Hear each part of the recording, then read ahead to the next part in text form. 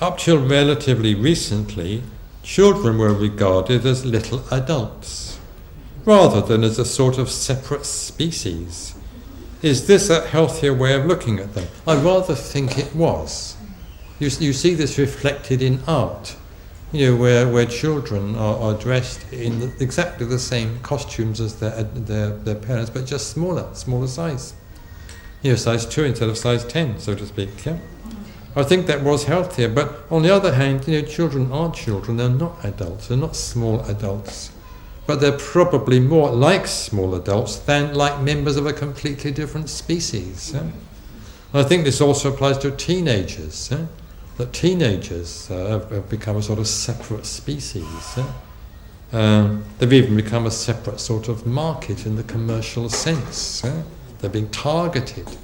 But I believe even small children are now being regarded as a quite separate segment of the commercial market and targeted accordingly. Yeah?